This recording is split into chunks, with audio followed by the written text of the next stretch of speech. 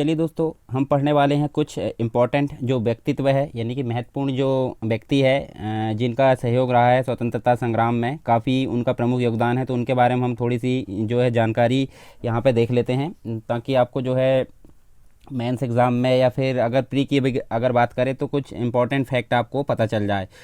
तो चलिए यहाँ पे एक एक करके हम देखते हैं। सबसे पहले बात करते हैं दादा भाई नौरोजी की। तो यहाँ अगर इनकी बात करें तो इनका जो समय काल है, अगर हम इसको देखें तो यहाँ देखिए, हम अगर देखें यहाँ पे तो 1825 से लेकर 1917 तक इनका समय काल हम देख सकते हैं दादा भाई नौरोजी के बारे में। और इनके संबंध में हम सारी चीज़ें यहाँ पे देखने वाले हैं, जैसे कि जो दादा भाई नौरोजी थे उनको भारत का वयोवृद्ध नेता के नाम से यहाँ पे जाना जाता है। और ये जो थे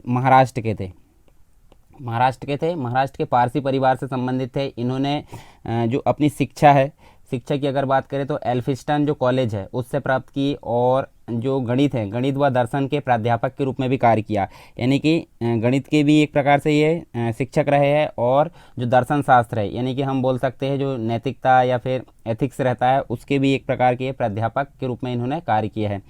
1852 की अगर बात करें तो 1852 में इन्होंने बम्बई की जो प्रथम राजनीतिक संस्था है, जिसको हम बोलते हैं बॉम्बे एसोसिएशन, इसकी भी इन्होंने स्थापना की। और इसके अलावा अपने लंदन प्रवास की अगर बात करूं मैं तो 1855 से लेकर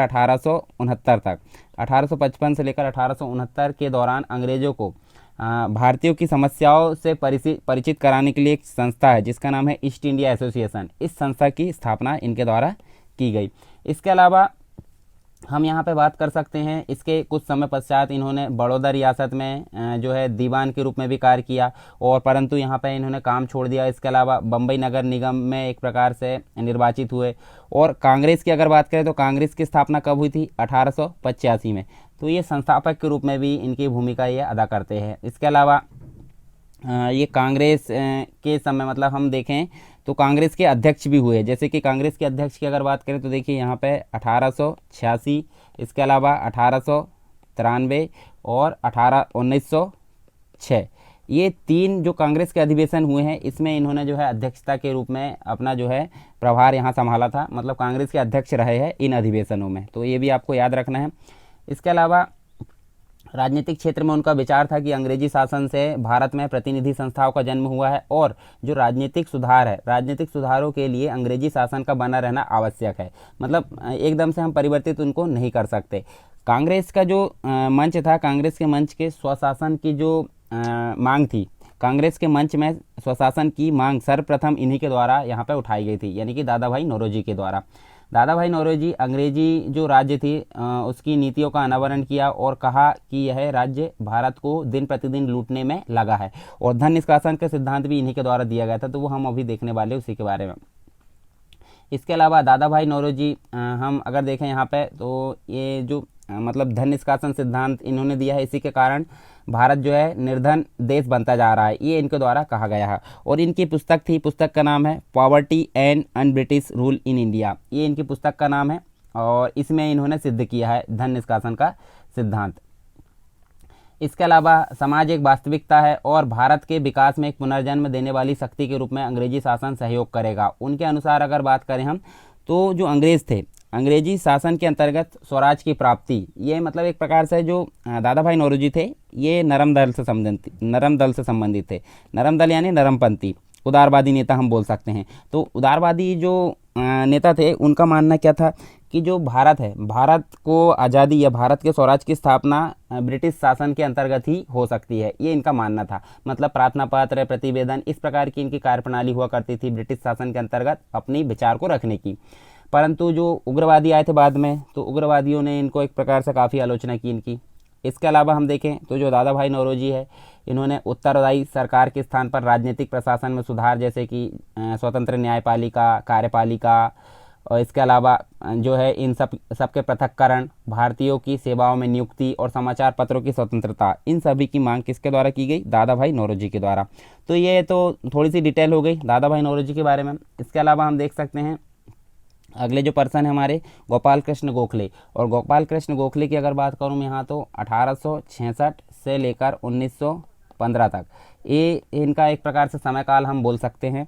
और इनका जन्म जो हुआ था 1866 में हुआ था। कहाँ पे? कोल्हापुर यानी कि महाराष्ट्र में। और कहाँ पे हुआ था? ब्राह्मण वंश में हुआ था। 1884 की अगर बात करें तो 1884 में इनकी जो है शिक्षा, यानी कि हम बोल सकते हैं स्नातक करने के पश्चात इन्होंने महादेव गोविंद रनाडे द्वारा स्थापित दक्कन शिक्षण जो शिक्षा सभा थी, दक्कन शिक्षा सभा, इसमें सम्मिलित हो गए। कौन? गोपाल कृष्ण गोखले। जो गोविंद रनाडे के द्वारा जो शिक्षा संस्था यानी कि शिक्षा सभा स्थापित की गई थी, उसमें ये शामिल हो गए।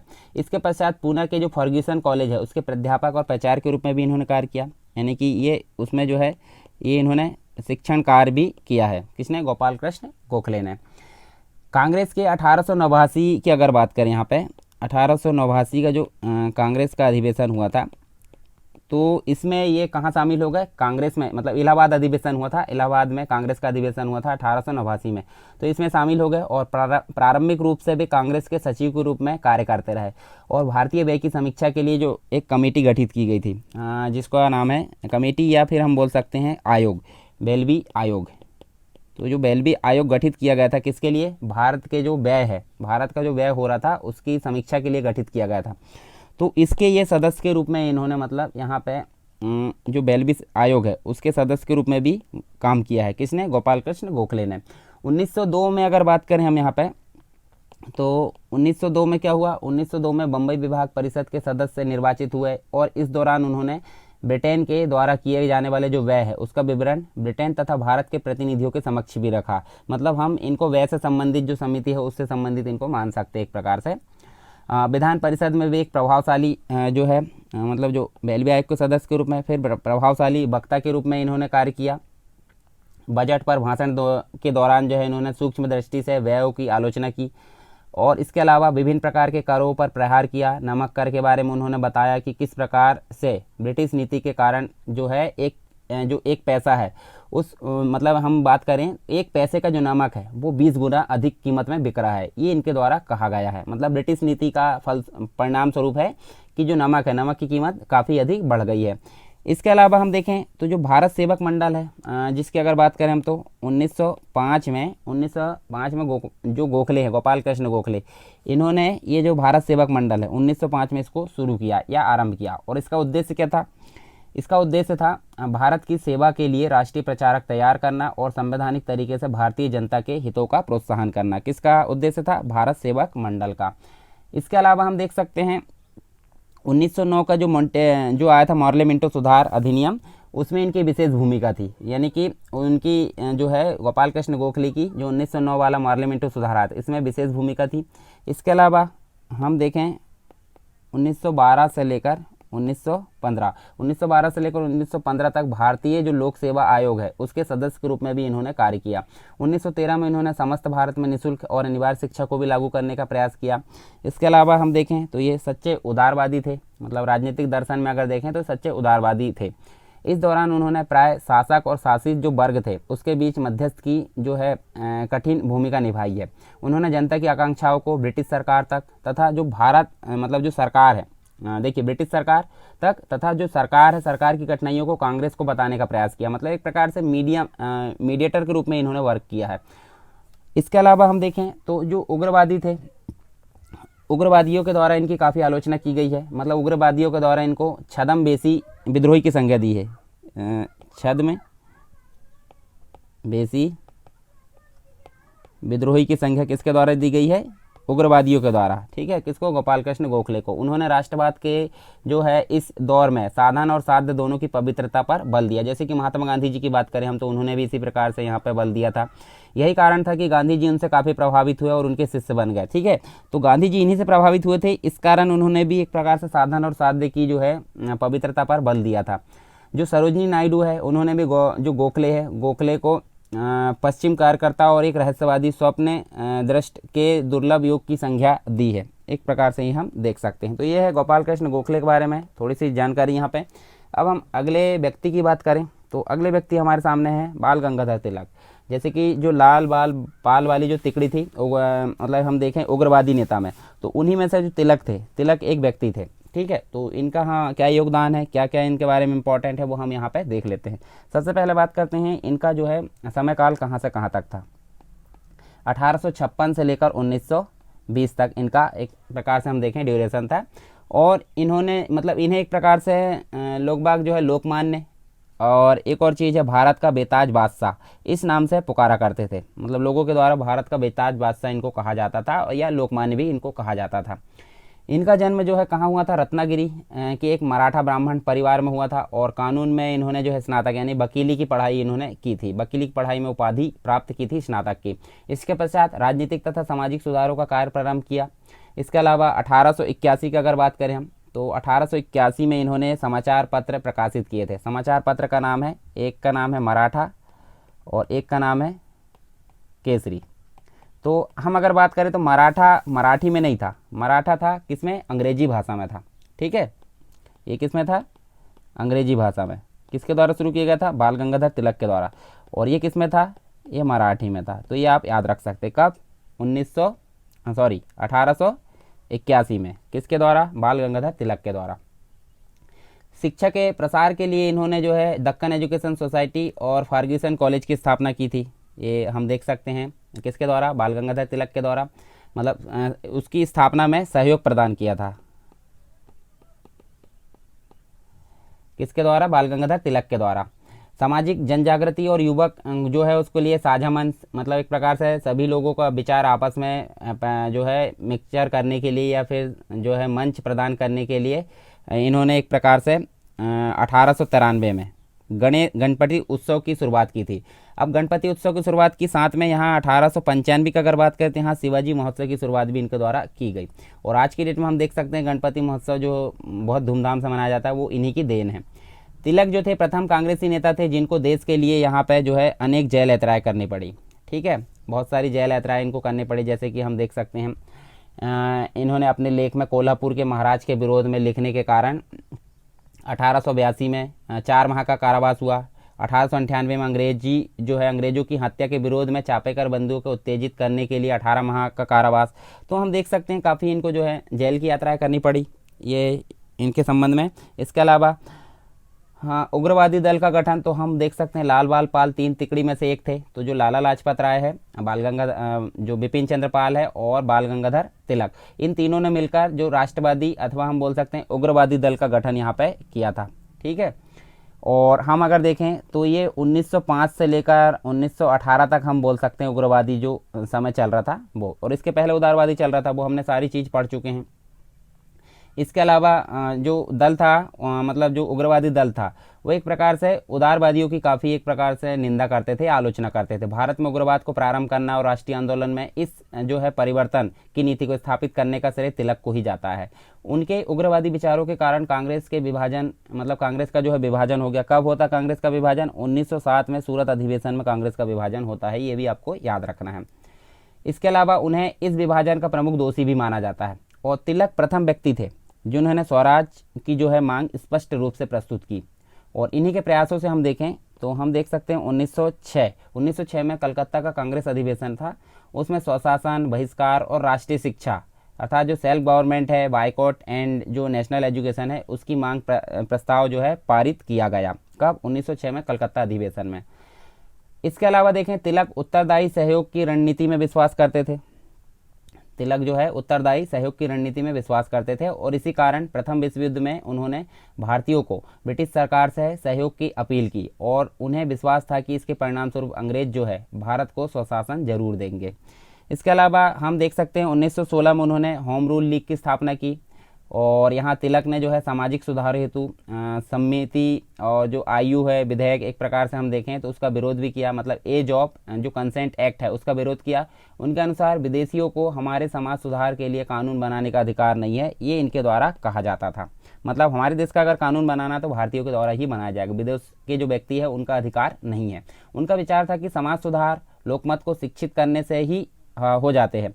तिलक जो है एक प्रकांड विद्वान थे। उन्होंने आर्कटिक होम ऑफ आर्यन और गीता रहस्य नामक जो है प्रमुख पुस्तकें भी लिखी, तो ये भी आपको थोड़ा सा ध्यान में रखना है।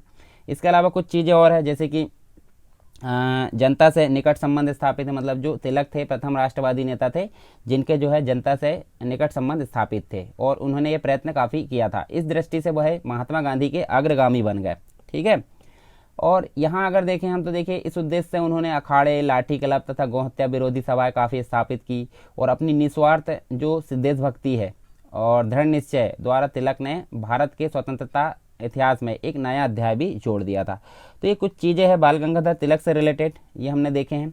इसके अलावा हम एक पर्सन हम देख सकते हैं, देखिए हमारे सामने है लाला लाजपत राय, तो ये भी काफ़ी इंपॉर्टेंट है। इनका ड्यूरेशन हम देख लेते हैं 1865 से लेकर 1928 तक। कौन थे? लाला लाजपत राय। अब इनके बारे में देखें थोड़ा, तो लाला लाजपत राय जो है इन्हें लोग प्राय किस नाम से जानते हैं? शेर पंजाब या फिर पंजाब का सिंह नाम से इनको पुकारा जाता है। और ये एक दानी और एक प्रकार से समाज सुधारक व्यक्ति भी थे, सच्चे देशभक्त थे।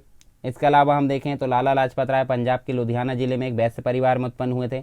उन्होंने हिसार में वकालत प्रारंभ की और इसके पश्चात वे लाहौर चले गए, और वह स्वामी दयानंद सरस्वती के जो प्रभाव है उसके प्रभाव में आकर आर्य समाज के सदस्य बने, तथा जो डीएवी कॉलेज है, डीएवी कॉलेज कहाँ है? लाहौर में। ठीक है। तो डीएवी कॉलेज जो है उसकी स्थापना से भी संबंधित थे। कौन? लाला लाजपत राय। और जो लाला लाजपत राय थे वह एक निर्भीक पत्रकार थे।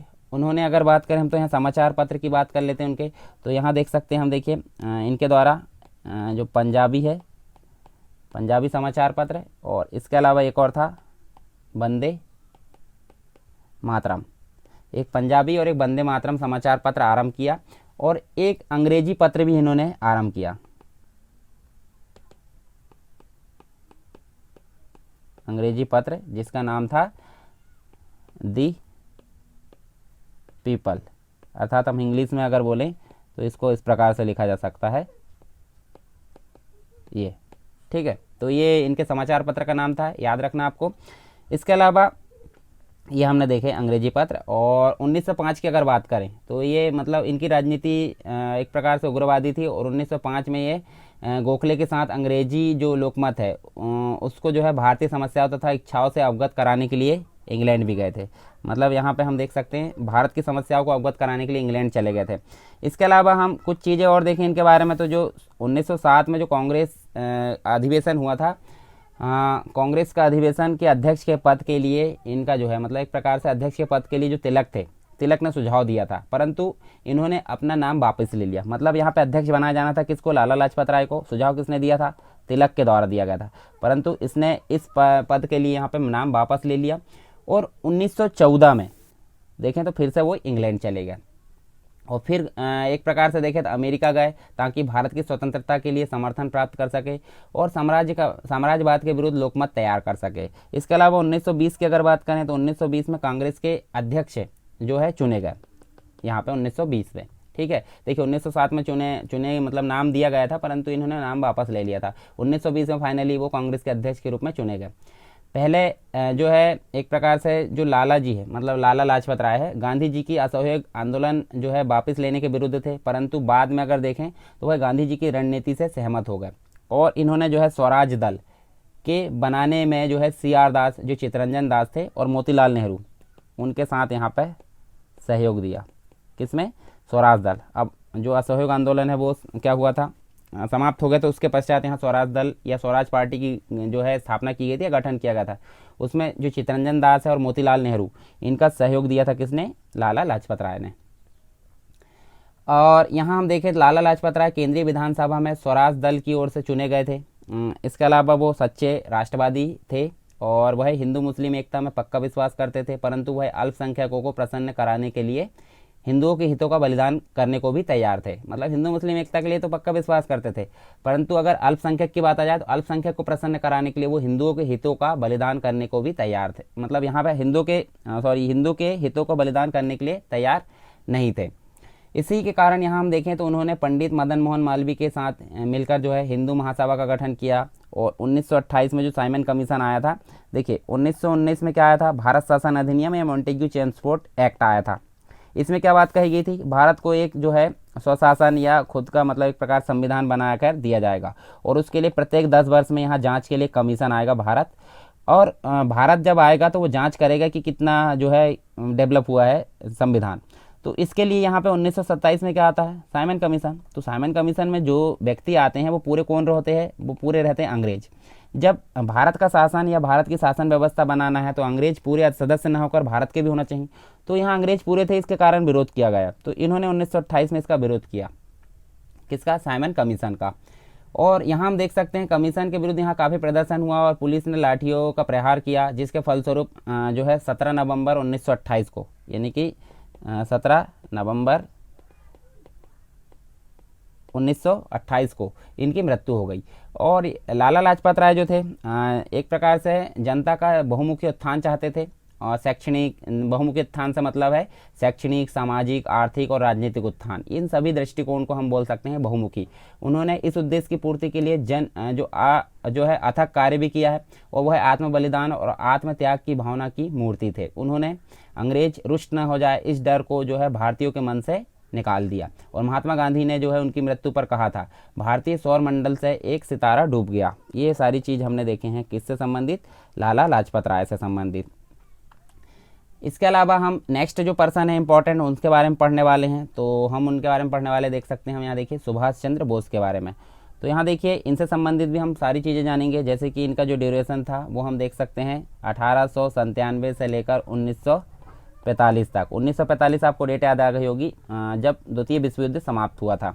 चलिए इनके बारे में थोड़ी सी जानकारी देख लेते हैं, जो कि आपको इम्पोर्टेंट रहेगी, मतलब मेंस में लिखने के लिए और प्री के लिए भी इम्पोर्टेंट हो सकती है। जन्म की अगर बात करें यहाँ पे हम, तो इनका जन्म जो हुआ था 23 जनवरी को, और ईयर क्या था 1897। जैसे कि हमने शुरुआत उनके 1897 देखे, तो जन्म हुआ था 1897 में कटक में, ठीक है। और 1919 में इन्होंने कलकत्ता विश्वविद्यालय से स्नातक की उपाधि ग्रहण की। 1920 में इंग्लैंड में आयोजित जो होने वाली है जनपद जो सेवा है उसमें चयनित भी हो गए थे, किंतु अगले ही वर्ष इन्होंने जो है त्यागपत्र दे दिया। जैसे कि आज की डेट में हम सिविल सेवा बात करते हैं ना, सिविल सेवा उस समय हम देख सकते हैं ये चयनित भी हो गए थे, और जो नेक्स्ट ईयर है उससे उन्होंने त्यागपत्र दे दिया और भारतीय राष्ट्रीय कांग्रेस में शामिल हो गए। इसके अलावा असहयोग आंदोलन की बात करें तो असहयोग आंदोलन के दौरान इन्होंने 1921 में सुभाष चंद्र बोस ने मतलब एक प्रकार से इन्हें 6 माह का कारावास भी दिया जाता है 1921 में। और इस दौरान गांधी जी द्वारा असहयोग आंदोलन जो है वापस लेने के कारण इनका विरोध किया जाता है, और इसे जो है देश का सबसे बड़ा दुर्भाग्य माना जाता है। इनके राजनीतिक गुरु जो थे, राजनीतिक गुरु का नाम था CR दास, किसका, सुभाष चंद्र बोस का। 1923 में क्या हुआ था, स्वराज पार्टी गठित की गई थी। 1923 में स्वराज पार्टी गठित की गई थी CR दास यानी चितरंजन दास और मोतीलाल नेहरू के द्वारा। तो इसका इन्होंने समर्थन किया था, किसने, सुभाष चंद्र बोस के द्वारा। और इसका उद्देश्य क्या था, ब्रिटिश शासन का विरोध विधान परिषदों के अंदर भी होना था। मतलब एक प्रकार से विधान परिषद के अंदर जो है ये अपनी सदस्यता जमा कर और ब्रिटिश शासन का विरोध करने के लिए इन्होंने समर्थन किया था। कलकत्ता के मेयर रहने के दौरान दास ने जो है एक प्रकार से इन्हें जो है निगम का मुख्य कार्यपालन अधिकारी नियुक्त किया। और 1924 में बंगाल में राष्ट्रवादी गतिविधियों को बढ़ाने के लिए सरकार ने इन्हें गिरफ्तार कर बर्मा अर्थात आज की डेट में हम बोल सकते हैं म्यांमार भेज दिया, म्यांमार में निर्वासित कर दिया, एक तरीके से हम बोल सकते हैं। 1928 में जो एक प्रकार से हम देखें 1928 में क्या, नेहरू रिपोर्ट प्रस्तुत की गई थी। 1928 में नेहरू रिपोर्ट के अंतर्गत हम देखें, नेहरू रिपोर्ट की स्वशासन की मांग का इन्होंने विरोध किया और जवाहरलाल नेहरू के साथ पूर्ण स्वराज की मांग की। किनके द्वारा, सुभाष चंद्र बोस के द्वारा। तो जो स्वशासन की मांग की गई थी उसका विरोध किसके द्वारा किया गया, सुभाष चंद्र बोस के द्वारा। इंडियन इंडिपेंडेंट जो लीग है इसका इन्होंने गठन किया, किसने, सुभाष चंद्र बोस ने। और फरवरी 1938 की अगर बात करें ये वाला, तो जो कांग्रेस का अधिवेशन हुआ था जिसको हम बोल सकते हैं हरिपुरा अधिवेशन, तो जो हरिपुरा अधिवेशन हुआ था उसमें सुभाष चंद्र बोस को कांग्रेस का निर्विरोध अध्यक्ष चुना गया था। इस दौरान इन्होंने कांग्रेस में समाजवादी उद्देश्यों को प्रभावी बनाए हुए जवाहरलाल नेहरू की अध्यक्षता में एक आयोजना समिति का भी गठन किया। पुनः अगर देखें हम तो 1939 में जो त्रिपुरी अधिवेशन हुआ था, त्रिपुरी यानी कि आज की डेट में हम जबलपुर बात करें तो मध्य प्रदेश के अंतर्गत जबलपुर में जो अधिवेशन यानी कि त्रिपुरी अधिवेशन, उसमें गांधी जी के विरोध के पश्चात भी सुभाष चंद्र बोस को अध्यक्ष चुना गया। अंत में अगर देखें तो जो कार्यकारिणी है उसके गठन के विवाद के चलते सुभाष चंद्र बोस ने इस पद से इस्तीफा दे दिया। और अगर बात करें हम यहाँ पे नेक्स्ट है 1939 की, तो 1939 में इन्होंने एक फॉरवर्ड ब्लॉक की स्थापना की। किसने? सुभाष चंद्र बोस के द्वारा। सितंबर 1939 में द्वितीय विश्व युद्ध प्रारंभ हो गया और इसके पश्चात उन्होंने ब्रिटिश शासन के विरोध का उपयुक्त अवसर समझा और भारतीय स्वतंत्रता प्राप्ति के लिए क्या किया, इन्होंने एक प्रकार से आंदोलन की मांग की। और इस दौरान उन्हें नज़रबंद कर दिया गया और जो है पेशावर के मार्ग से रूस होते हुए बर्लिन पहुंचे। इस दौरान जो हिटलर था, हिटलर के द्वारा इनको नेताजी की उपाधि दी गई। हिटलर के द्वारा इनको नेताजी की उपाधि दी गई। जुलाई 1943 में सिंगापुर में इन्होंने जो है आज़ाद हिंद फौज, कहाँ पे? सिंगापुर में आज़ाद हिंद फौज की कमान संभाली और इसी दौरान उन्होंने जो है दिल्ली चलो का नारा दिया। दिल्ली चलो और साथ में तुम मुझे खून दो, मैं तुम्हें आज़ादी दूंगा।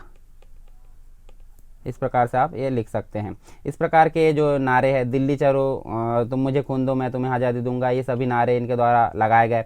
अपनी सेना में जो इन्होंने है Gandhi brigade, Nehru brigade, Subhash brigade और महिलाओं के लिए झांसी की रानी लक्ष्मीबाई रेजिमेंट, इन सभी का गठन किया। इस सेना ने जापानियों के सहयोग से अंडमान और निकोबार पर कब्जा कर लिया और कब्जा करने के पश्चात वहाँ के जो द्वीप थे उन द्वीपों का नाम इन्होंने जो है शहीद और इसके अलावा स्वराज, ये नाम इनके द्वारा दे दिया गया। अभी हाल ही में हम देख सकते हैं जो प्रधानमंत्री मोदी है इनके द्वारा भी जो है द्वीपों का रिनेम करवाया गया है। तो आप उनको जो है क्या क्या नाम अभी रखा गया है तो उनका नाम आप बता सकते हैं कमेंट बॉक्स में, ठीक है। इसके अलावा हम देखें मई की अगर बात करें तो मई 1944 में कोहिमा पर आधिपत्य कर लिया और वहाँ तिरंगा इन्होंने फहराया, परंतु भाग्य ने जापान का साथ नहीं दिया और जापानी सेनाओं के साथ इन सेना ने जो है समर्पण कर दिया। इस सेना के सिपाहियों पर लाल किले में मुकदमा चला। अंततः कांग्रेस और लीग के विरोध के कारण तत्कालीन जो वायसराय थे बेबल, उन्होंने इनकी मृत्युदंड की सज़ा को आजीवन कारावास में बदल दिया। तो ये सारी चीज़ हमने देखें, कुछ इंपॉर्टेंट जो व्यक्ति थे। इसके अलावा कुछ और है जिनके बारे में हम जो है 2-2, 3-3 लाइन के बारे में बात कर ले तो आपके लिए आसानी होगी। चलिए सबसे पहले बात करते हैं बदरुद्दीन तैयब जी के बारे में। तो यहाँ हम देख सकते हैं इनके बारे में, ये थोड़ी थोड़ी जानकारी इनके बारे में हम देख लेते हैं। जैसे ये जो व्यक्ति थे बदरुद्दीन तैयब जी, इनका हम कार्यकाल देख लेते कब से कब तक था। ये थे 1844 से लेकर 1906 तक, ये आप याद रख सकते हैं। और ये जो उदारवादी कांग्रेस थी, उदारवादी व समाज सुधारक थे, समाज सुधारक, ये आपको याद रखना है। इसके अलावा कांग्रेस के संस्थापक सदस्य थे, कांग्रेस के संस्थापक सदस्य थे। और कांग्रेस के पहले मुस्लिम अध्यक्ष भी हम जो है इन्हीं को बोलते हैं। कांग्रेस के पहले मुस्लिम अध्यक्ष कौन है? बदरुद्दीन तैयब जी। इसके अलावा हम देखें तो बम्बई हाईकोर्ट के पहले बैरिस्टर, ये हमको ज़्यादा ध्यान नहीं रखना है। और ये मुस्लिम अध्यक्ष थे, तो ये कब थे ये हमको याद रखना है। तो 1887 आप याद रख सकते हैं, मद्रास अधिवेशन, ठीक है। कांग्रेस का मद्रास अधिवेशन में अध्यक्ष थे और पहले मुस्लिम अध्यक्ष थे। बम्बई विधान परिषद के सदस्य नामांकित हुए, ये भी हमको ध्यान में नहीं रखना। फिर देखते हैं चित्तरंजन दास। अब चित्तरंजन दास जो थे, जो स्वराज पार्टी स्थापित हुई थी उसमें सहयोग था इनका, मतलब साथ में स्थापित किए थे नेहरू के साथ में। चलिए इनका जो है ड्यूरेशन देख लेते हैं। जैसे 1870 से अगर बात करें 1925 तक ये इनका समय काल रहा है। और प्रख्यात राष्ट्रवादी, कुशल वक्ता व प्रसिद्ध अधिवक्ता थे। इसके अलावा अलीपुर षड्यंत्र कांड में जो अरविंदो घोष है उसके वकील थे। तो वकील कब थे ये? वकील थे अरविंदो घोष के। जो अलीपुर षड्यंत्र केस हुआ था उससे संबंधित ये 1908 में, मतलब अरविंदो घोष के मतलब जो है तरफ से वकील थे। इसके अलावा 1921 में अहमदाबाद तथा वर्ष 1922 में जो अधिवेशन हुआ था कांग्रेस का अधिवेशन, कब कब हुआ था? कांग्रेस का अधिवेशन हुआ था, एक हुआ था 1921 में अहमदाबाद में और एक हुआ था 1922 में गया। अर्थात बिहार में। तो ये अध्यक्ष के रूप में इन्होंने काम किया। किसने? चित्तरंजन दास की अगर बात करें। और जो स्वराज पार्टी है,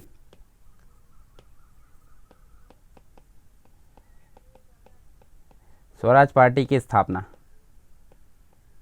कब? 1923 में। किसके साथ मिलकर? ये आपको याद रखना है। तो ये हुई थी मोतीलाल नेहरू के साथ में मिलकर।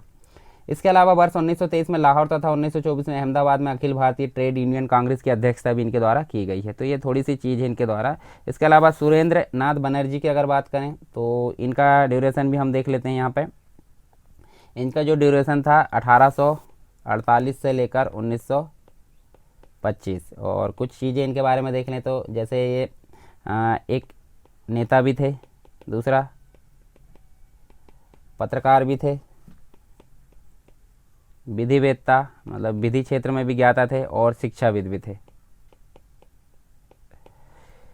इसके अलावा इंडियन सिविल सर्विसेज में चुने जाने वाले जो ICS जिसे हम बोलते हैं, ICS में 1869 में ये क्या हुए थे, मतलब एक प्रकार से चुने गए थे, और चुने जाने के बाद में गलत आधार पर इनको निकाल भी दिया गया था।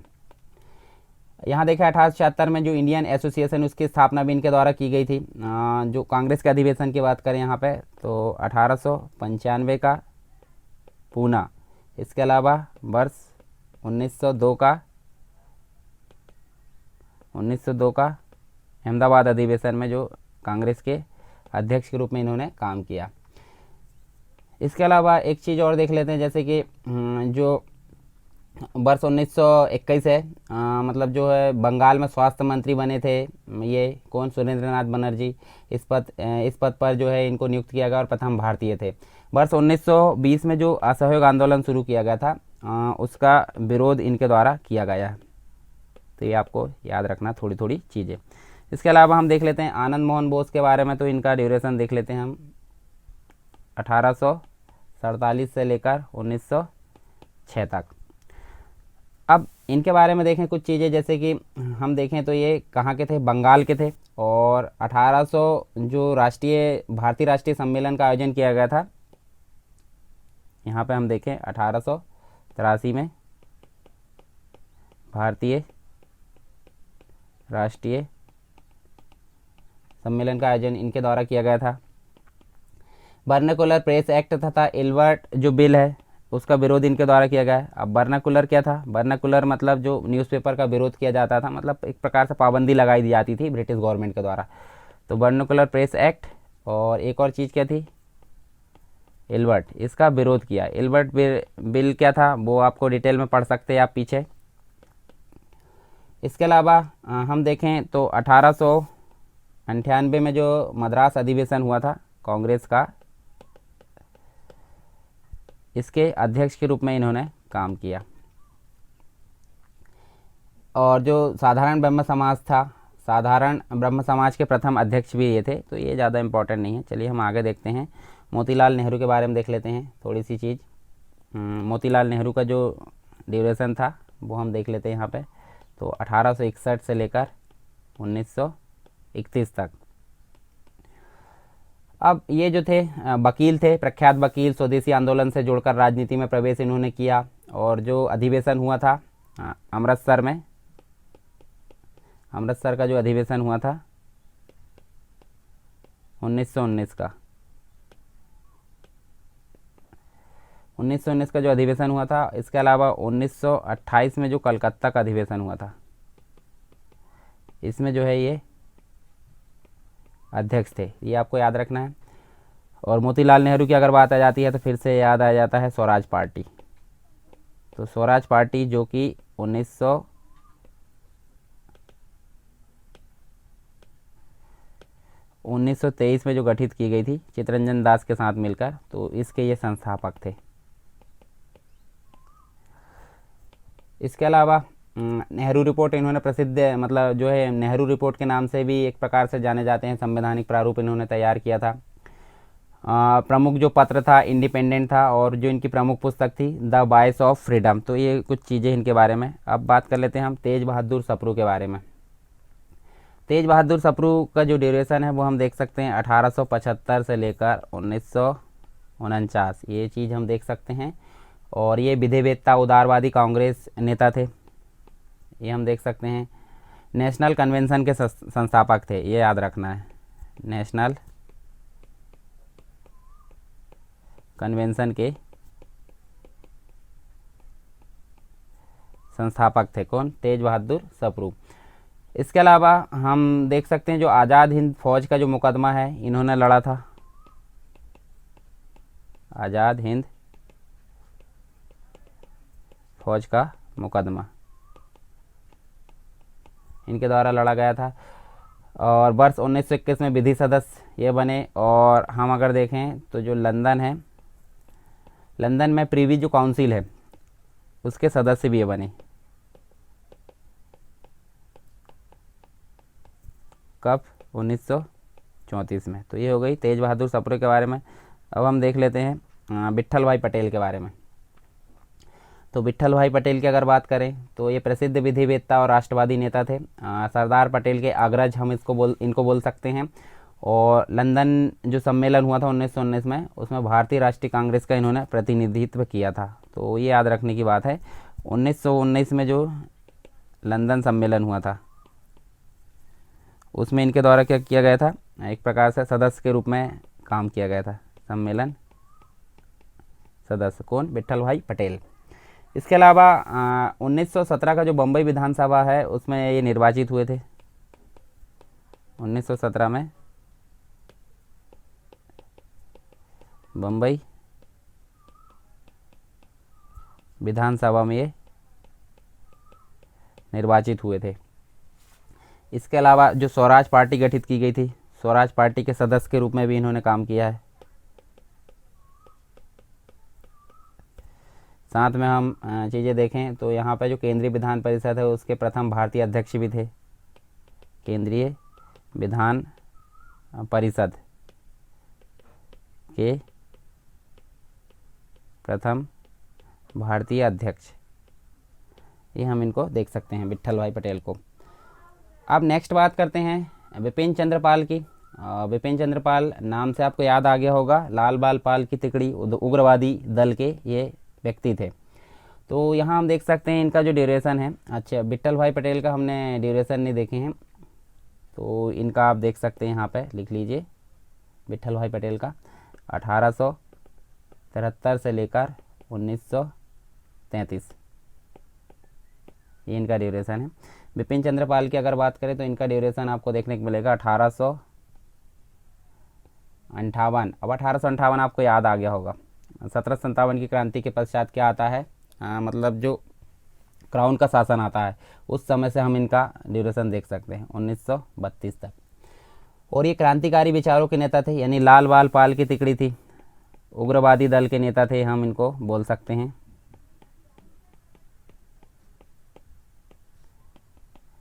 इसके अलावा भारत में क्रांतिकारी विचारधारा के प्रारंभिक विचारकों में से जो है प्रमुख एवं स्वदेशी बंग भंग आंदोलन में इनका जो है महत्वपूर्ण भूमिका रही है। और विदेशों में भारतीय स्वराज के प्रमुख प्रचारक थे।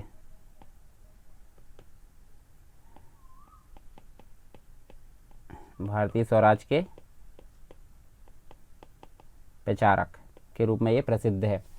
इसके अलावा जो परिदर्शक पत्रिका का इन्होंने प्रकाशन किया, Bengali public opinion, the Tribune के सहायक संपादक भी रहे हैं। इनकी कुछ पुस्तकें थी, जैसे हम एक आध दो नाम अगर देखें तो इनकी पुस्तक थी मेमोरीज ऑफ माय लाइफ, ये इनकी पुस्तक का नाम है। और मिसेस बेसेंट साइकोलॉजिकल स्टडी, ये आप पुस्तक का नाम याद रख सकते हैं, ज़्यादा इंपॉर्टेंट नहीं है। चलिए आगे देखते हैं श्यामजी कृष्ण वर्मा के बारे में। तो इनके बारे में हम देख लेते हैं। सबसे पहले देखते हैं इनका ड्यूरेशन 1857 से लेकर 1930 तक इनका ड्यूरेशन था। इनकी अगर बात करें श्यामजी कृष्ण वर्मा की, तो एक क्रांतिकारी विचारधाराओं के प्रमुख जो है स्वतंत्रता सेनानी थे। तो ये तो जितने भी हम पढ़ रहे हैं सभी जो है स्वतंत्रता सेनानी ही थे, ये हम देख सकते हैं। इसके अलावा लंदन में भारतीय स्वतंत्रता आंदोलन का प्रतिनिधित्व इन्होंने किया। जो 1905 है, 1905 की अगर बात करें तो जो लंदन है ब्रिटेन के अंदर, लंदन में इन्होंने इंडिया हाउस भारतीयों के लिए खोला था, एक प्रकार से हॉस्टल था। तो इंडिया हाउस की स्थापना की कहाँ पे? लंदन में 1905 में। इंग्लैंड में होम रूल सोसाइटी की स्थापना इन्होंने की थी, तो ये भी हमको याद रखना है। इंग्लैंड में होम रूल सोसाइटी की स्थापना कब की थी?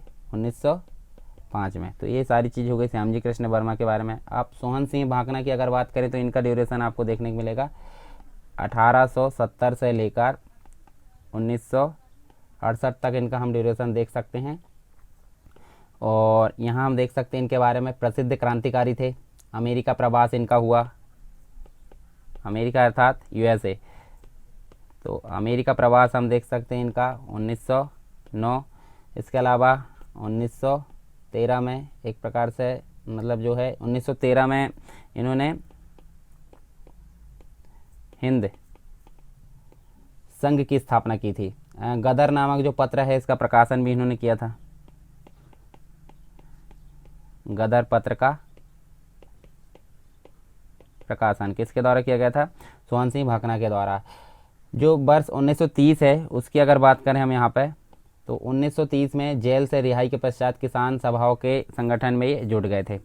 चलिए आगे देखते हैं। लाला हरदयाल की अगर बात करें हम यहाँ पे, तो इनका जो ड्यूरेशन हमको देखने को मिलता है 1884 से लेकर 1939। और ये क्रांतिकारी पत्रकार और शिक्षाविद थे। कौन? लाला हरदयाल। और जो गदर पार्टी है, गदर पार्टी के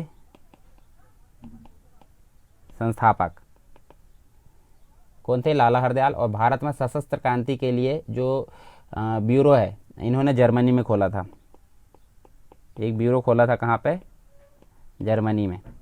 किनने? लाला हरदयाल के द्वारा ये खोला गया था। इसके अलावा अमेरिका से गदर तथा स्विट्जरलैंड से वंदे मातरम नामक जो है पत्र इनके द्वारा निकाला गया था। तो गदर कहाँ से? यूएसए से। और जो स्विट्जरलैंड है उससे क्या निकाला था इन्होंने?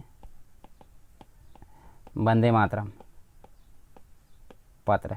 किसके द्वारा? लाला हरदयाल के द्वारा। चलिए आगे देखते हैं। रास बिहारी बोस की अगर बात करें हम यहाँ पे, तो रास बिहारी बोस का जो ड्यूरेशन हमको देखने को मिलता है यहाँ पे 1886 से लेकर 1945 तक ये ड्यूरेशन हमको देखने को मिलता है। इसके अलावा जो प्रारंभिक उग्रवादी थे उसके प्रमुख क्रांतिकारी के रूप में इनको जाना जाता है। 1908 में युगांतर पार्टी की सदस्यता ग्रहण की। गदर पार्टी के भी सदस्य रहे, तो ये हम देख सकते हैं युगांतर पार्टी प्लस गदर पार्टी दोनों के क्या रहे? सदस्य रहे। रास बिहारी बोस 1912 में जो चांदनी चौक है दिल्ली के अंतर्गत, वायसराय हार्डिंग जो है उस पर बम फेंका था। हार्डिंग के ऊपर बम कब? 1912 में, दिल्ली के अंतर्गत हम याद रख सकते हैं। 1915 में जापान चले गए और वहीं की इन्होंने नागरिकता भी ग्रहण कर ली। इसके अलावा जापान में ही वर्ष 1942 में जो भारतीय स्वतंत्रता संघ है उसकी स्थापना इनके द्वारा की गई। तो ये सारी चीज़ इनके संबंध में याद रखना है। अब बात कर लेते हैं अरविंदो घोष की। तो अरविंदो घोष हमको याद रखना है, ये थे उग्रवादी दल के नेता, और हालांकि बाद में राजनीतिक संन्यास ले लेते हैं, फिर भी इम्पोर्टेंट है हमारे लिए। 1872 से लेकर 1905 नहीं 1950 है, 1950 तक ही है। और बंगाल विभाजन काल के प्रसिद्ध राष्ट्रवादी नेता इनके रूप में इनको जान सकते हैं हम। इसके अलावा जो इंडियन सिविल सर्विस है उसका परित्याग इनके द्वारा किया गया। आराम में जो बंगाल है, बंगाल में क्रांतिकारी आंदोलन के नेता बंगाल के थे, तो क्रांतिकारी आंदोलन के प्रमुख नेता इनको बोला जाता है। कहाँ? बंगाल के। इसके अलावा ये जो है 1910 में ये क्या ले लेते हैं? राजनीति से संन्यास ले लेते हैं और कहाँ चले जाते हैं? पांडिचेरी चले जाते हैं और वहाँ आश्रम की स्थापना इनके द्वारा कर ली जाती है। अलीपुर जो षड्यंत्र केस होता है उसमें 1 वर्ष की कैद भी इनको होती है। इसके अलावा जो है राजनीतिक संन्यास लेते ये 1908 के पश्चात। प्रमुख पुस्तकें अगर देखें, इनकी जो पुस्तक है, एक नाम याद रख सकते हैं आप, पुस्तक का नाम है द लाइफ डिवाइन इनकी पुस्तक का नाम है। इसके अलावा विनायक दामोदर सावरकर की अगर बात करें हम यहाँ पे, तो ये महाराष्ट्र के उग्रवादी नेता थे, विनायक दामोदर सावरकर। और इनका ड्यूरेशन तो हमने देखा ही नहीं, इनका ड्यूरेशन देख लेते हैं हम यहाँ पे। 1883 से लेकर 1966, यानी कि स्वतंत्रता प्राप्ति के पश्चात तक रहे हैं ये। इसके अलावा जो क्रांतिकारी संगठन मित्र मेला है, जो बाद में अभिनव भारत सोसाइटी बना, इसके संस्थापक के रूप में तथा मदन लाल ढींगरा, लाला हरदयाल आदि के सहयोगी थे एक प्रकार से। संस्थापक कौन था, चलिए पहले यहाँ देख लेते हैं हम। जो अभिनव मित्र मेला है, यानी कि हम बोल सकते हैं क्रांतिकारी संगठन था जिसका नाम था मित्र मेला। कब गठित किया गया था ये? 1899 में। इसके सहयोगी जो है सदस्य के रूप में इन्होंने काम किया है। इसके अलावा नासिक षड्यंत्र कांड में इनको जो है आजीवन कारावास, नासिक षड्यंत्र में। अब नासिक षड्यंत्र कब हुआ था? 1910 से लेकर 1937। तो ये एक प्रकार से आजीवन कारावास हो गया इनको 1910 से लेकर 1937 तक। हिंदू महासभा के नेता व अध्यक्ष थे। 1857 जो है क्रांति, उस पर एक प्रकार से अगर देखें 1857 की क्रांति पर भारत का जो है प्रथम स्वतंत्रता संग्राम नामक एक पुस्तक लिखी इन्होंने, और इन्होंने ही प्रथम स्वतंत्रता संग्राम इनके द्वारा कहा गया है। चंद्रशेखर आज़ाद की बात करते हैं तो इनका ड्यूरेशन हमको देखने को मिलता है 1906 से 31, चंद्रशेखर आज़ाद। और हम यहाँ देखें अल्फ्रेड पार्क में इनकी मृत्यु हो जाती है। आखिरी गोली, मतलब अपनी ही गोली से इनकी मृत्यु हो जाती है। क्रांतिकारी थे, भगत सिंह जो है भगत सिंह के गुरु और समाजवाद से प्रभावित थे एक प्रकार से। वर्ष 1921 में असहयोग आंदोलन में इन्होंने भाग लिया, ये याद रख सकते हैं हम। असहयोग आंदोलन में इनके द्वारा भाग लिया गया। 1925 में काकोरी जो कांड हुआ था उसकी लूट इनके द्वारा की गई थी।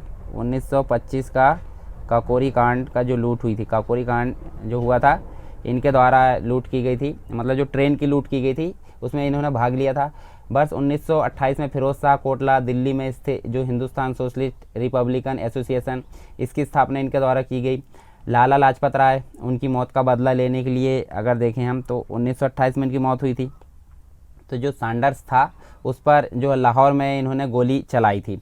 इसके अलावा 1931 में जो अल्फ्रेड पार्क है, पुलिस से मुठभेड़ के चक्कर में यहाँ पे आखिरी गोली से ये खुद शहीद हो जाते हैं। इसके अलावा भगत सिंह की अगर बात करूँ मैं तो भगत सिंह जो थे 1907 से लेकर 1931 तक इनका समयकाल हम बोल सकते हैं। और वर्ष 1924 की अगर बात करें, वर्ष 1924 में हिंदुस्तान सोशलिस्ट रिपब्लिकन एसोसिएशन में सम्मिलित हुए तथा बाद में महासचिव भी बने थे। ये चीज़ आपको याद रखना है। 1925 में लाहौर में नवजवान भारत सभा की स्थापना की, ये याद रखना है।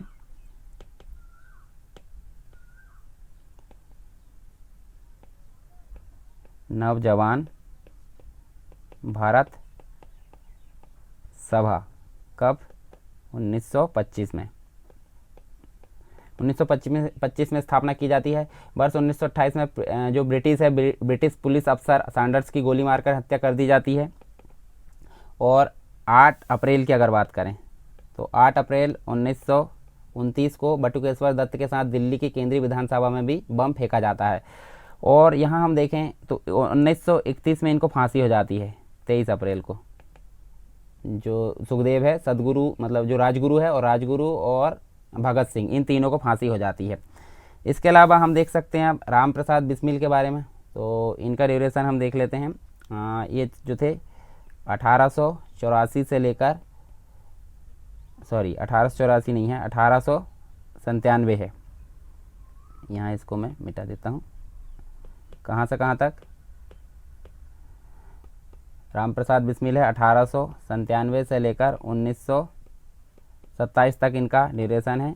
और ये कहाँ के क्रांतिकारी है? यूपी के क्रांतिकारी थे, उत्तर प्रदेश के। इसके अलावा 1920 से लेकर 1930 की अगर बात करें तो इसके दशक में उत्तरी भारत में क्रांतिकारी गतिविधियों के प्रमुख प्रसारक और केंद्र बिंदु इनको माना जाता है, राम प्रसाद बिस्मिल को। हिंदुस्तान समाजवादी गणतंत्रीय सेना के संस्थापक इनको माना जाता है। और जो काकोरी कांड हुआ था, काकोरी कांड कब हुआ था, हम देख सकते हैं 1925 में इनकी सक्रिय भूमिका रहती है काकोरी कांड में। काकोरी कांड में भूमिका के कारण गोरखपुर में इनको फांसी भी दे दी जाती है। इसके अलावा डॉक्टर राजेंद्र प्रसाद सब जानते होंगे, प्रथम राष्ट्रपति हमारे देश के, तो इनके बारे में भी 2-3 फैक्ट देख लेते हैं। 1884 से लेकर 1963 तक, 1884 से लेकर 1963 तक, ये मिटा कर मैं नीचे लिख देता हूँ, 1963 तक इनका जो है समय काल रहा है। और गांधी जी के अनन्य अनुयायी थे, गांधी जी के अनुयायी कौन, डॉक्टर राजेंद्र प्रसाद जी। राष्ट्रीय आंदोलन में सक्रिय भागीदारी इनकी थी। इसके अलावा 1934 की अगर बात करूँ तो बम्बई अधिवेशन में कांग्रेस के अध्यक्ष थे, बम्बई अधिवेशन में अध्यक्ष। 1946 में खाद्य एवं कृषि मंत्री, संविधान सभा के अध्यक्ष के रूप में इनको चुना गया। 1950 में भारत के प्रथम राष्ट्रपति ये बने। ये सारी चीज़ आपको याद रखना है। और जो प्रमुख पुस्तकें थी, India divided, Mahatma Gandhi and Bihar, ये सारी चीज़ इनके द्वारा जो है पुस्तक लिखी गई। अब देखते हैं जो है सरदार वल्लभ भाई पटेल, तो ये भी काफ़ी इंपॉर्टेंट है हमारे लिए। 1857 से लेकर 1950 तक।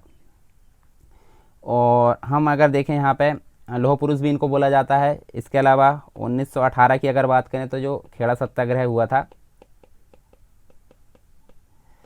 खेड़ा सत्याग्रह में भाग लेकर राजनीतिक जीवन इनके द्वारा शुरू किया गया था। खेड़ा सत्याग्रह से 1922 में बारदोली जो सत्याग्रह हुआ था, कब हुआ था,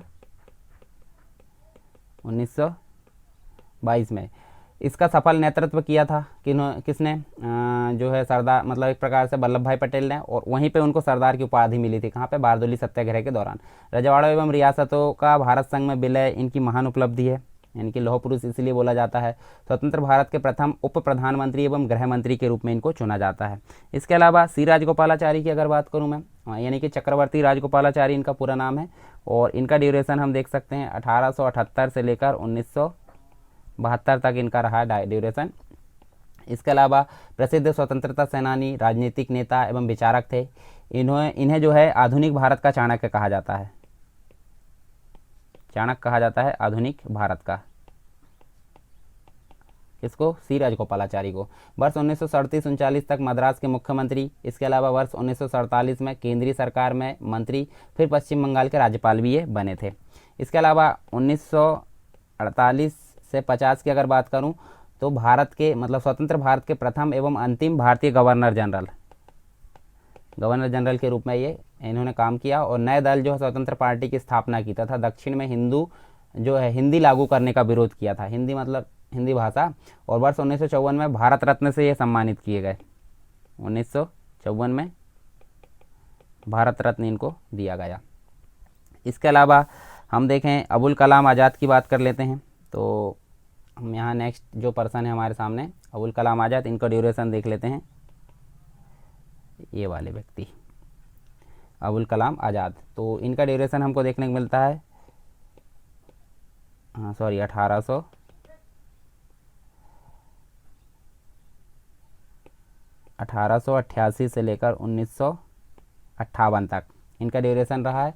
अब इनके बारे में बहुत सारी चीज़ है, जैसे कि ये जो थे प्रमुख कांग्रेसी नेता थे तथा स्वतंत्रता सेनानी, अरबी, फारसी, उर्दू एवं मुस्लिम शिक्षा के प्रकांड विद्वान थे। जो देवबंद शाखा थी, जो देवबंद आंदोलन हम आगे पढ़ेंगे, उससे संबंधित हम देखें तो ये 16 वर्ष की उम्र में आज़ाद उपनाम धारण किया इन्होंने। मतलब अबुल कलाम नाम था पर आज़ाद इनका जो नाम है, देवबंद जो आंदोलन है उसके संबंध में 16 वर्ष जो उम्र थी उस समय इन्होंने धारण किया। इसके अलावा कई पत्रों का प्रकाशन इनके द्वारा किया गया। इनकी कुछ प्रमुख पुस्तकें थी, वो हम देख लेते हैं। जैसे India wins freedom, India wins freedom इनकी प्रमुख पुस्तक हम देख सकते हैं। इसके अलावा तशरीहात ए आज़ाद। इसके अलावा वर्ष 1923 की मैं बात करूं तो वर्ष 1923 में दिल्ली विशेष कांग्रेस अधिवेशन की अध्यक्षता इनके द्वारा की गई थी। 35 वर्ष मतलब जो है एक प्रकार से अध्यक्षता 1923 में, मतलब इनकी जो अध्यक्षता की थी इन्होंने 35 वर्ष के थे। तो इस हिसाब से अगर देखें हम तो सबसे मतलब इस पद पर नियुक्त होने वाले सबसे कम आयु के व्यक्ति ये थे। कब? जो दिल्ली विशेष कांग्रेस अधिवेशन हुआ था उसमें।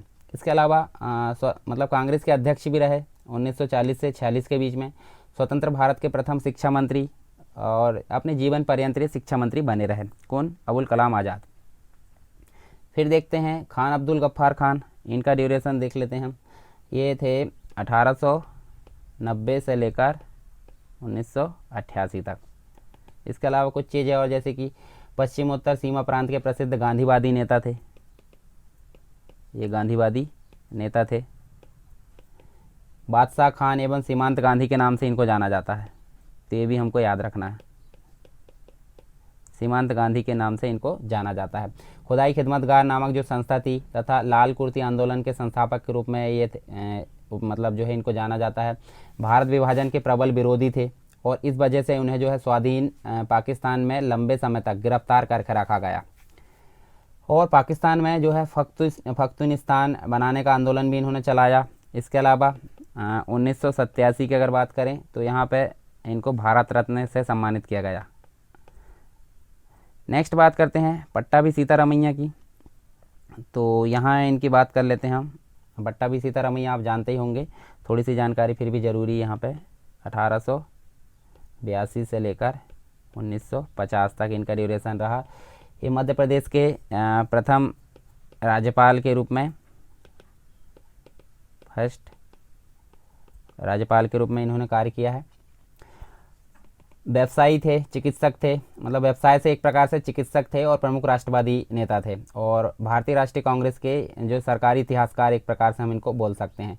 1939 में हम अगर देखें यहाँ पे तो जो सुभाष चंद्र बोस थे, एक प्रकार से सुभाष चंद्र बोस से कांग्रेस अध्यक्ष पद का चुनाव ये हारे थे और 1948 में कांग्रेस के अध्यक्ष बने। फिर से 1948 में कांग्रेस के अध्यक्ष बने पट्टाभी सीतारामैया। मध्य प्रदेश के प्रथम जो है राज्यपाल हमने देख लिए। अंग्रेजी पत्रिका जन्मभूमि के संस्थापक भी इनको माना जाता है। जमनालाल बजाज की अगर बात करें तो ये इनका जो ड्यूरेशन है हम देख सकते हैं 1889 से लेकर 1942 तक इनका जो है काल रहा है और मानवतावादी कांग्रेस नेता व उद्योगपति थे। हम इनको उद्योगपति और जो मानवतावादी नेता है के रूप में भी जानते हैं। 1920 से जो है मृत्यु तक कांग्रेस के कोषाध्यक्ष रहे। 1920 से लेकर मृत्यु मतलब 1942 तक कांग्रेस के कोषाध्यक्ष।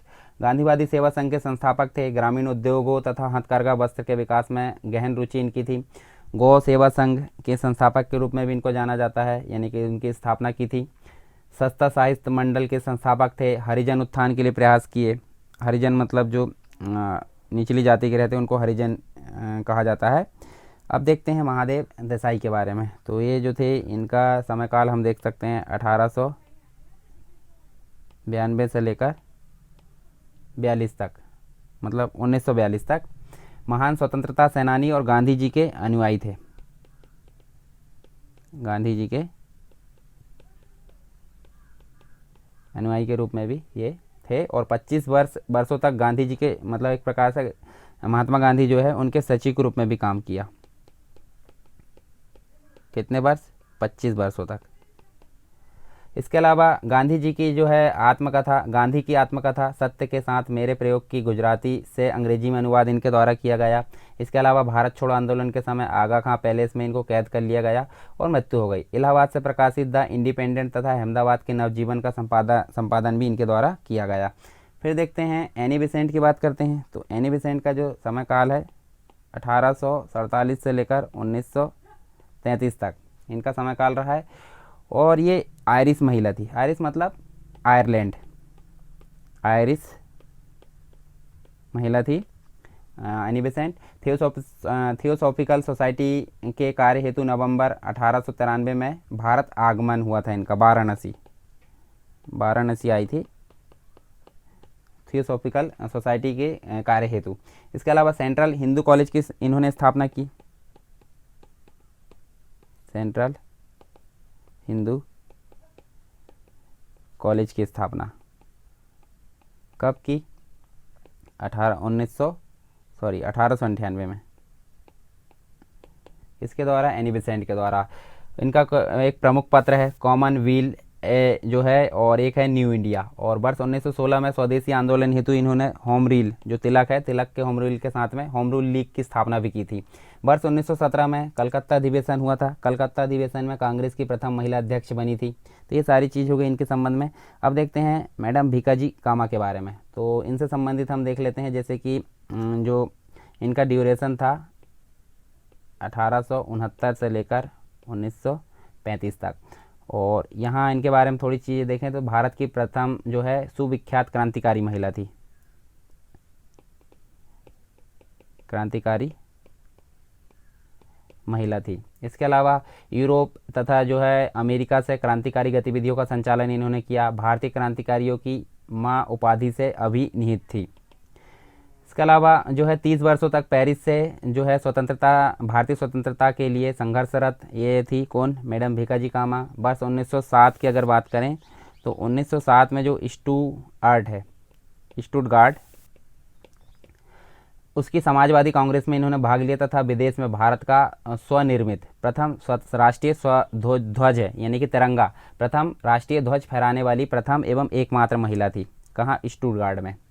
इसके अलावा सरोजनी नायडू की बात करते हैं। सरोजनी नायडू 1879 से लेकर 1948 तक इनका ड्यूरेशन रहा है। एक प्रकार से इनको प्रख्यात कवयित्री कौन? सरोजनी नायडू। और इसके बाद राष्ट्रवादी नेता इनको बोला जाता है। भारत कोकिला के नाम से भी ये प्रसिद्ध है। भारत कोकिला के नाम से प्रसिद्ध है। वर्ष 1925 में कानपुर के कांग्रेस अधिवेशन की अध्यक्षता, और एक प्रकार से अगर देखें तो प्रथम भारतीय महिला थी कांग्रेस की। और जो सरोजनी एक प्रकार से हम देखें, इसके पहले हमने पढ़े कौन? Annie Besant. तो एनी बेसेंट थी विदेशी, प्रथम कांग्रेसी, प्रथम जो है महिला अध्यक्ष थी कांग्रेस की, और ये प्रथम भारतीय थी सरोजनी नायडू। ये दोनों में आपको फ़र्क रखना है। अब ये कब थी? तो यहाँ हम देख सकते हैं कानपुर में 1925 में। इसके अलावा स्वतंत्रता के पश्चात प्रथम महिला राज्यपाल भी ये बनी उत्तर प्रदेश की, तो ये भी आपको याद रखना है। अब देखते हैं जयप्रकाश नारायण के बारे में। तो यहाँ देखिए इनका ड्यूरेशन हम देख लेते हैं, बस अब थोड़े से बचे हैं, हमारे प्रसिद्ध जो व्यक्तित्व है वो एंड हो जाएंगे। जयप्रकाश नारायण का जो ड्यूरेशन है 1902 से 1979 तक। इसके अलावा 1929 की अगर बात करूं तो कांग्रेस के श्रमिक आंदोलनों का संगठन, आंदोलन एवं संगठन से जुड़े रहे। साथ में अगर देखें तो 1934 में कांग्रेस सोशलिस्ट पार्टी का गठन किया इन्होंने। इसके अलावा सविनय अवज्ञा आंदोलन हुआ था, उसमें ये सक्रिय योगदान इन्होंने दिया। भारत छोड़ो आंदोलन हुआ 1942 में, तो इसमें हम देखें तो हजारीबाग जो जेल है उससे फरार हो गए और गुप्त समिति का निर्माण किया। भूदान आंदोलन में भी सक्रिय भूमिका इनकी रही जयप्रकाश नारायण की। इसके अलावा हम देखें पंडित जो मदन मोहन मालवीय है इनके बारे में, तो यहाँ पे इनसे संबंधित हम कुछ चीज़ें देख लेते हैं, जैसे कि इनका जो ड्यूरेशन है 1861 से लेकर 1946 तक था। इसके अलावा जो प्रारंभ है उसमें ये अध्यापक ये पद पर काम किया इन्होंने, और बाद में वकील और प्रमुख राष्ट्रवादी नेता थे। 1902 में संयुक्त प्रांत जो उत्तर प्रदेश की बात करें आज की डेट में, संयुक्त प्रांत की जो विधान परिषद उसके लिए निर्वाचित जो है वर्ष 1910 से 1920 तक केंद्रीय विधानसभा के सदस्य, और वर्ष 1921 में इंपीरियल काउंसिल के लिए चुने गए। हिंदू महासभा है उसके संगठनकर्ता, और वर्ष 1934 के सांप्रदायिक निर्णय का विरोध इनके द्वारा किया गया। 1916 की अगर बात करें तो जो काशी हिंदू विश्वविद्यालय उसकी स्थापना, तथा वर्ष 1919 से 38 तक इसके कुलपति के रूप में इन्होंने कार्य किया। तो ये सारी चीज़ हो गई पंडित मदन मोहन मालवीय के बारे में। इसके अलावा मोहम्मद इकबाल की अगर बात करें तो इनसे संबंधित कुछ चीज़ें आपको याद रखना, जैसे कि सबसे पहले तो 1873 से लेकर 1938 तक ये रहे, और इसके अलावा उर्दू के प्रख्यात शायर व वकील थे। और जो एक गीत है जिसका नाम है सारे जहां से अच्छा हिंदुस्तान हमारा, सारे जहां से अच्छा है, ये इसके बोल है। इस गीत के लेखक भी कौन है? मोहम्मद इकबाल है। इसके अलावा जो मुस्लिम लीग है, मुस्लिम लीग के वर्ष 1930 का जो अधिवेशन हुआ था इलाहाबाद का, उसमें मुस्लिम राज की परिकल्पना इन्होंने प्रस्तुत की थी। इसके अलावा मोहम्मद अली जिन्ना, इनको भी सब जानते हैं। तो यहाँ पे 1861 से लेकर 1948 तक इनका रहा है जीवन। प्रमुख वकील थे, मुस्लिम लीग के नेता तथा पाकिस्तान के संस्थापक हम इनको बोल सकते हैं।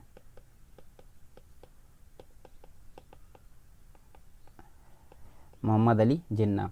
राजनीतिक जीवन कांग्रेस से प्रारंभ किया, किंतु असहयोग आंदोलन का विरोध करते हुए कांग्रेस को इन्होंने छोड़ दिया था। और इसके अलावा कालांतर में मुस्लिम लीग की सांप्रदायिक राजनीति से संबंधित रहे ये और अंत तक जुड़े रहे। वर्ष 1929 में नेहरू रिपोर्ट को अस्वीकार किया, जो नेहरू के द्वारा यहाँ पर रिपोर्ट जारी की गई थी 1928 में, उसको उन्होंने 1929 में अस्वीकार कर दिया। इसके बदले में उन्होंने 14 सूत्रीय कार्य मतलब एक जो है एक प्रस्तुत किया था द्विराष्ट्र सिद्धांत, यानी पाकिस्तान अलग जो है राष्ट्र होना चाहिए। ये सारी चीज़ इनके द्वारा प्रस्तुत की गई थी। इसके अलावा जो है ईश्वर चंद विद्यासागर की हम बात कर लेते हैं। तो यहाँ देखिए इससे इनसे संबंधित हम यहाँ पे देख लेते हैं, जैसे कि 1820 से लेकर 1891 तक ये इनका जीवन रहा है। और ये बंगाल के विद्वान के नाम से जाना जाता है और लेखक व महान समाज सुधारक के रूप में इनको जाना जाता है। इसके अलावा 1864 की अगर बात करूँ मैं, तो 1864 में royal Asiatic society of England के सदस्य के रूप में इन्होंने काम किया है। साथ में हम देखें तो विधवा पुनर्विवाह जो है इसके काफ़ी वो रहे, ये विधवा पुनर्विवाह तथा बहुविवाह, विधवा पुनर्विवाह तथा बहुविवाह दूर करने के लिए जीवन पर्यंत संघर्षरत रहे हैं। मतलब विधवा पुनर्विवाह को इन्होंने प्रोत्साहन दिया है। इसके अलावा स्त्री शिक्षा के लिए आजीवन प्रयास किया इन्होंने। और साथ में कलकत्ता के संस्कृत कॉलेज के प्राचार्य, कलकत्ता में ही एक कॉलेज की स्थापना की जो अब उनके नाम पर ही है।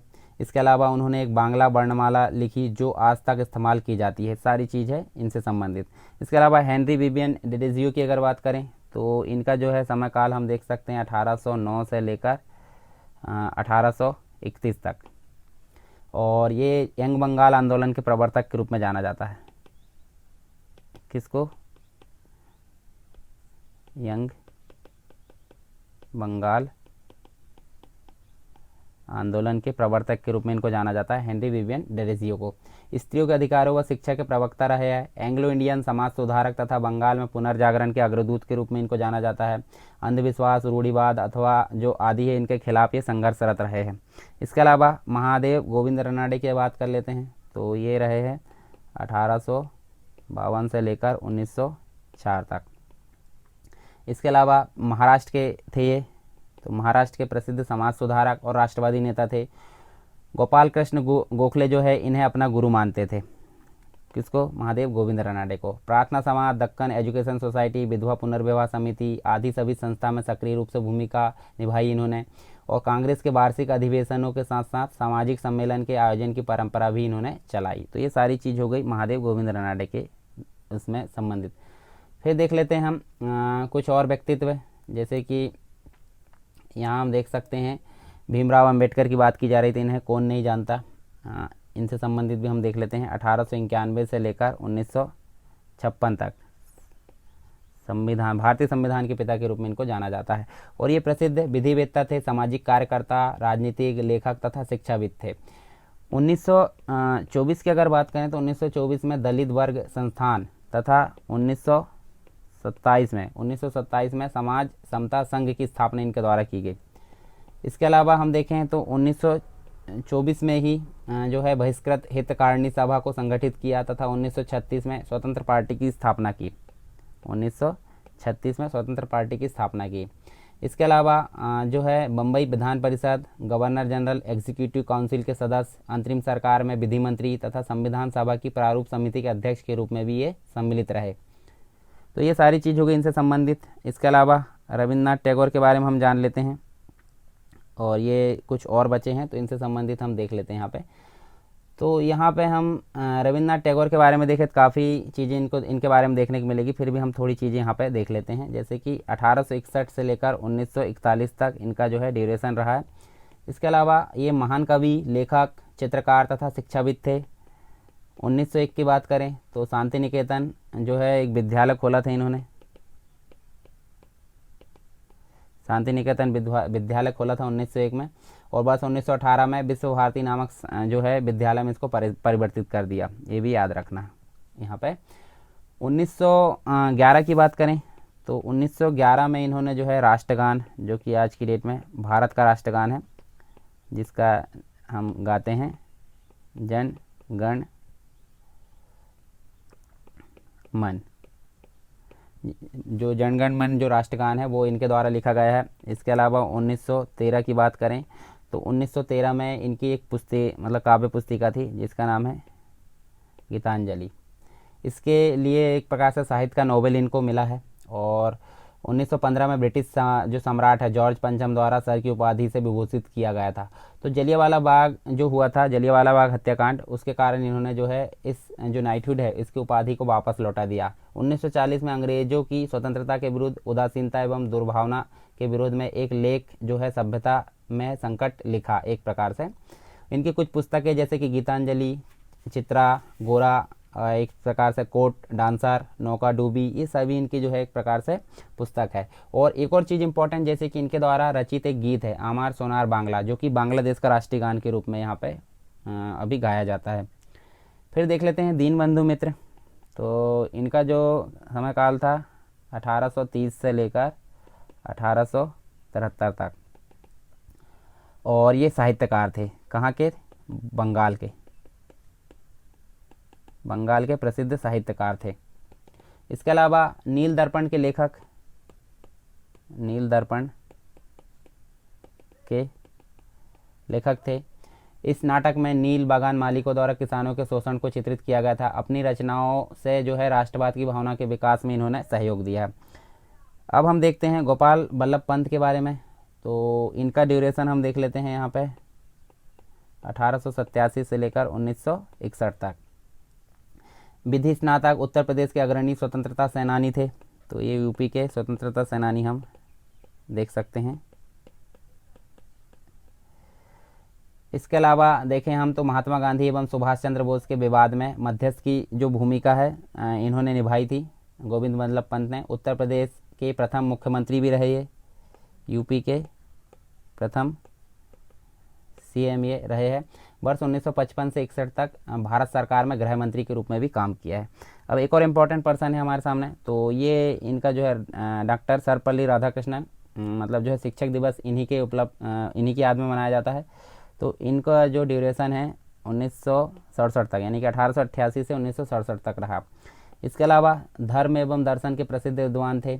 लंदन, मैनचेस्टर, ऑक्सफोर्ड आदि कई विश्वविद्यालयों में दर्शन के प्रोफेसर तथा बनारस हिंदू विश्वविद्यालय के उप कुलपति के रूप में इन्होंने काम किया है। स्वतंत्रता के बाद रूस में भारत के राजदूत, ये रूस में भारत के राजदूत के रूप में भी इन्होंने काम किया है।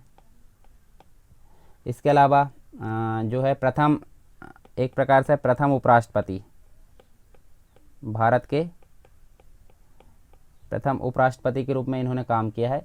मतलब 2 बार रहे ये, एक तो 1952 से 62 तक तथा 2 बार उपराष्ट्रपति रहे 1952 से लेकर 1962 तक।